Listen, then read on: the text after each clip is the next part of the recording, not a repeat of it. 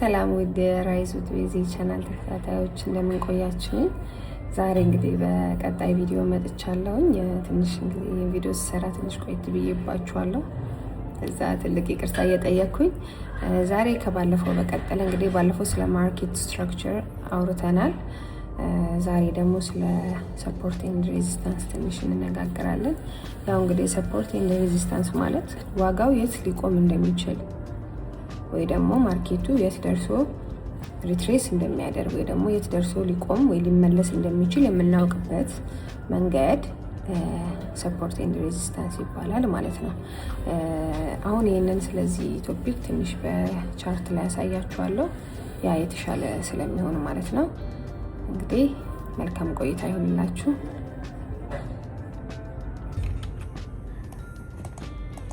ሰፖርት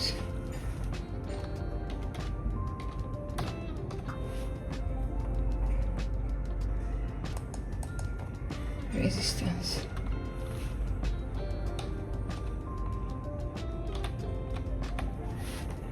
እሺ።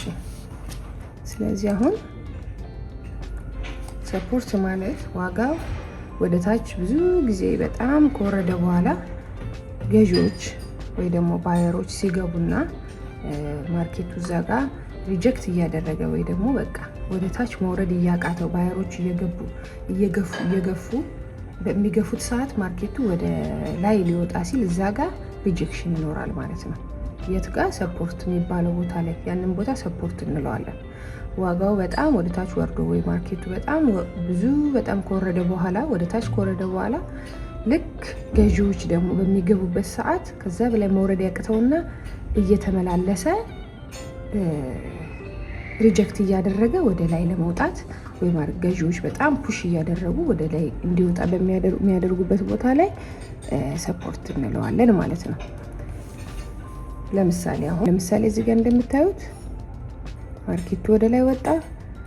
ከዛ በኋላ እዚህ ጋር ሴለሮች ገቡ ማለት ነው። ገብታችኋል? ማርኬቱ በጣም ባየሮች ወይ ደግሞ ገዢዎች በጣም ገዝተው እዚህ ጋር ሴለሮች ሲገቡ ማርኬቱን ወደ ታች ቀለበሱት ማለት ነው። ከዛ በኋላ ግን ድጋሚ እዚህ ጋር ሴለሮች ፑሽ እያደረጉ ወደ ላይ ያወጡት ሞከሩና ግን እዚህ ጋር ድጋሚ ይሄን ቦታ ማለፍ አልቻሉም ማለት ነው። which እዚህ ጋር ያለው ፕራይሱ ለእናንተ እንዲታያችሁ ፕራይሱ አያችሁ እዚህ ጋር 1020 ላይ ነው አይደለ? ከ1020 እስከ 1016 እስከ 4116 ድረስ ያለውን እንደ ዞን እንጠቀማለን። ያው ሰፖርት ኤንድ ሬዚስታንስ ስንጠቀም ዞን የሚባል ነገር አለ። ምክንያቱም ቦታውን ከየት እስከየት ድረስ ሪጀክት እያደረገ እንደሆነ ፕራይሱ የቱ ጋር ሪጀክት ከየት እስከየት እያደረገ እንደሆነ የምናይበት ቦታ ነው። በዞን ነው አስመረን ወይ ደግሞ ዞን ሰተን የምናየው ማለት ነው። እና የበለጠ ደግሞ መረዳት እንዲኖረን ካንድልስቲኮችን አይተን በደንብ ፓተርኖቹን አይተን ነው ያው መውሰድ ያለብንን ውሳኔ የምንወስደው እንጂ ጀስት በአንድ አይነት በሰፖርት ኤንድ ሬዚስታንስ ብቻ ወደ ኦርደር አንገባም ወይ ደግሞ አንገዛም ማለት ነው፣ ወይ አንሸጥም። ስለዚህ ሰፖርት ማለት በጣም ዋጋው ወርዶ ባየሮች ወይ ደግሞ ገዢዎች የሚገቡበት ሰዓት በሚገቡ ሰዓት ያለው ፕራይስ ያለው ደረጃ ሰፖርት ይባላል። እሱን ደግሞ በዞን አስምረን የቱ ጋር ሪጀክት እያደረገ ምክንያቱም ስለሚመላለስ አያችሁ። አሁን እዚህ ጋር አሁን እየተመላለሰ ነበረ አያችሁ። አሁን